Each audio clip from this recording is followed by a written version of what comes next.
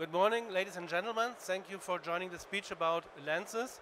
Thank you for introducing myself so I can cut the next foil quite short. So I'm working at Josef Schneider Optische Werke GmbH, so let's call it short Schneider Optics, so for many, many years. And we are designer and manufacturer of lenses, optical filters and other optical components. And I would like to speak a little bit about the role and the importance of a lens in a vision system. So that's still our company. You see, we can do everything on our own. We have all capabilities in-house, which is really beneficial for many, many projects, standard projects, commercial projects. So what's a vision system?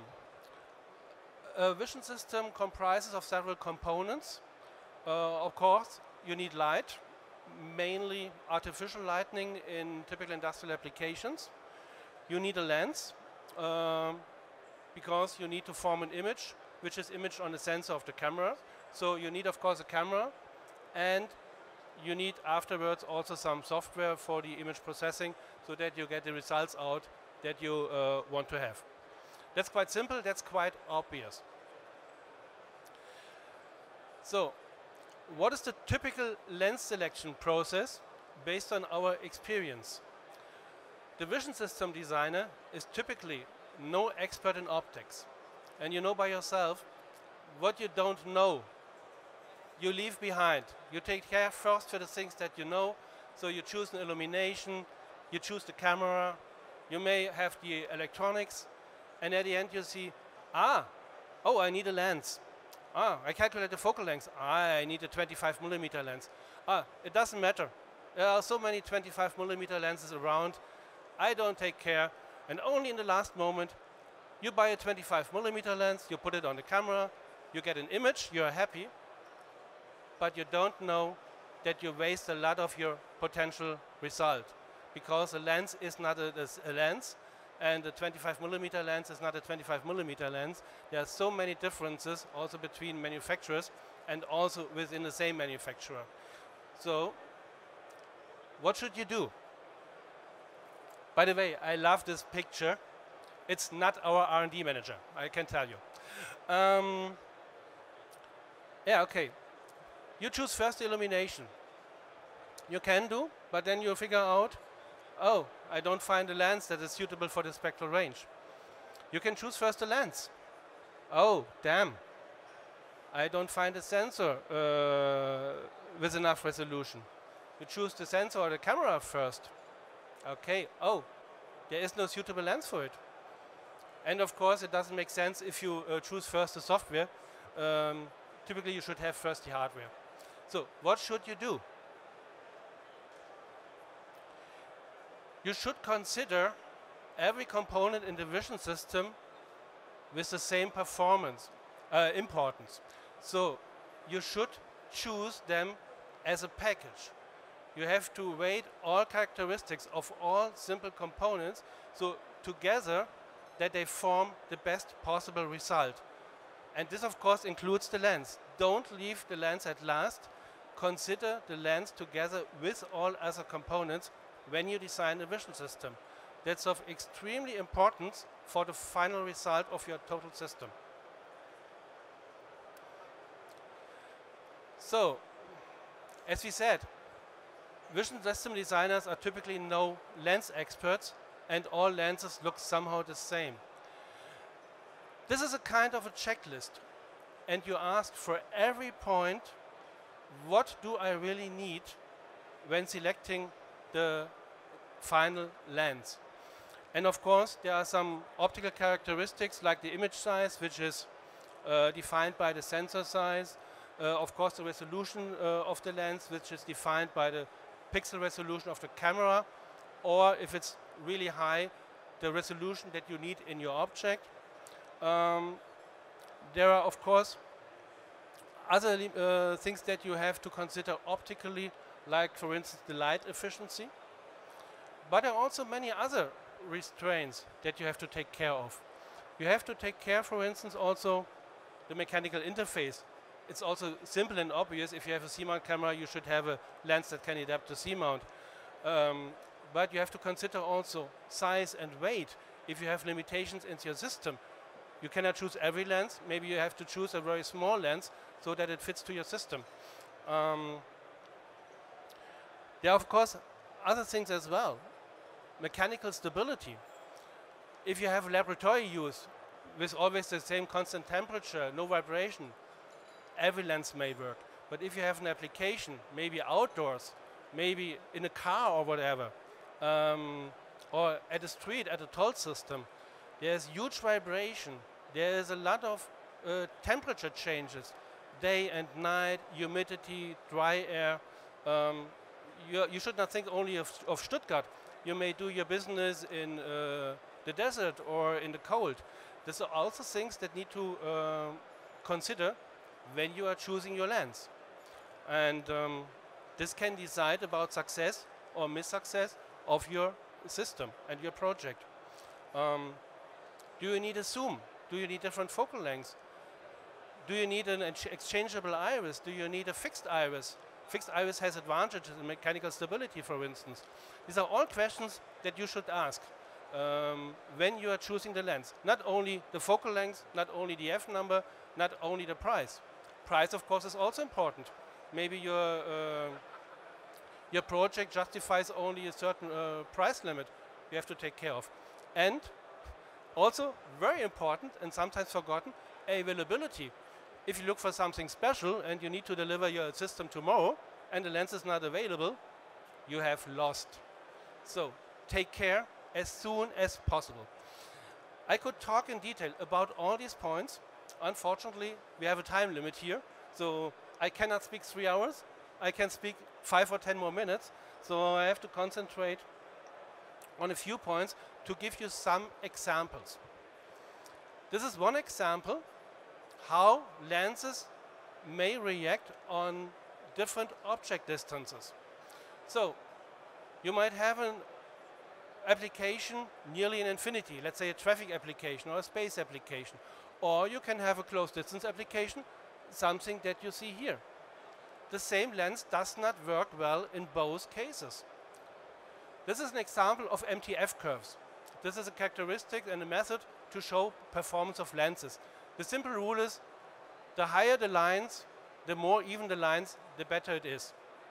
On the left side, you see the graph for a working distance of 500 millimeter, typical industrial application. The lens performs very, very well. If you take the same lens and you use it for a traffic application or a space application in infinity or close to infinity, then you see a tremendous fall down of performance towards the edge of the lens. You may not see this in typical lens brochures of many companies because they tell you only something about general line pairs and resolution, but don't tell you the parameters where they are valid.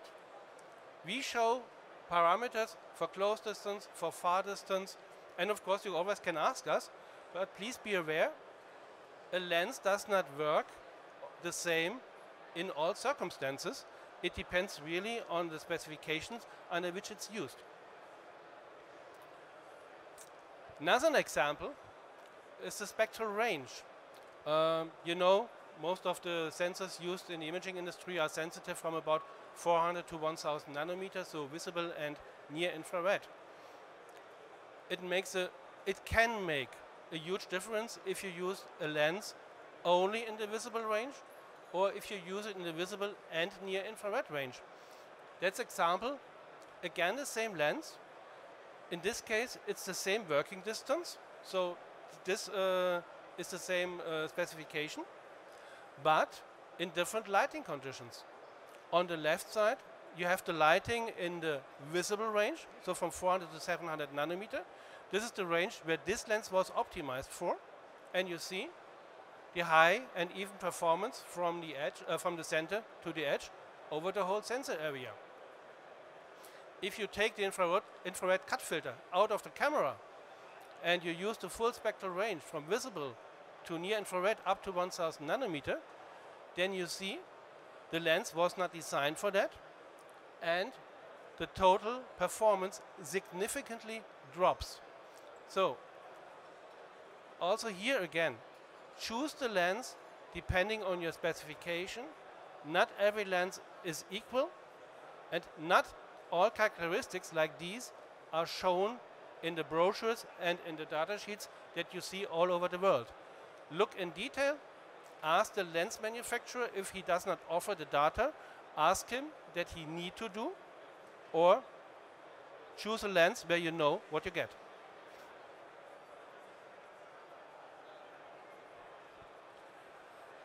That's a very interesting characteristics. Many people do not know.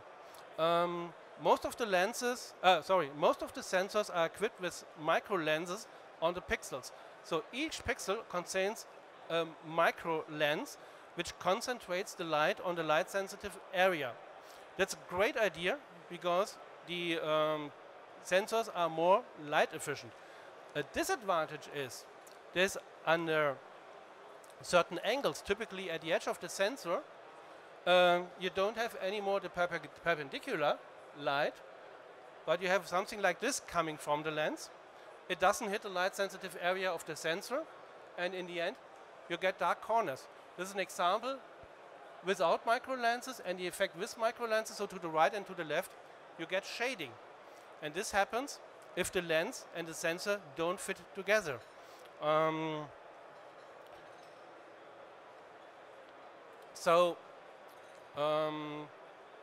You should need to understand if your sensor has special requirements regarding G-Fourier angle, as it's called, and then you can choose the lens which was designed with a low G-Fourier angle. Then you can avoid such effects. And the last, this is what I said, environmental conditions. Standard lenses are well suited for standard conditions like here.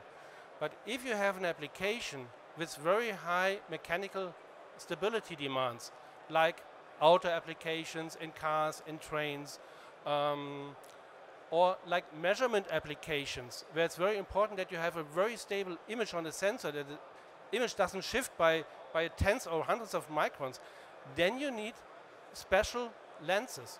A standard lens won't keep the image as stable as it's required. The standard lens would not withstand the environmental treatments as required. So you need lenses which are ruggedized or stabilized. Ruggedized means a mechanical stabilization, that it doesn't fall apart once it's treated under vibrations and stuff like this. And stability means the optical axis remains maximum constant on the sensor, which is very important for 3D applications. Also here, think what your application requires in respect to lenses. Think during the first design phase of the vision system and choose the appropriate lens, and only so you get the most out of your vision system. It's not only important to use the right camera or the right illumination. Consider the lens together with these components, and in the end you will be more successful. Your system will perform better than if you would neglect the lens and would keep it at last. Thank you. This is to an end. I could tell you much more about lenses. You can visit us at our booth, of course, and you can ask questions. You can ask questions here. You can get later to us. I really would love to tell you more about lenses, because my feeling is that the lens is very often the most underestimated component in the vision system. Thank you.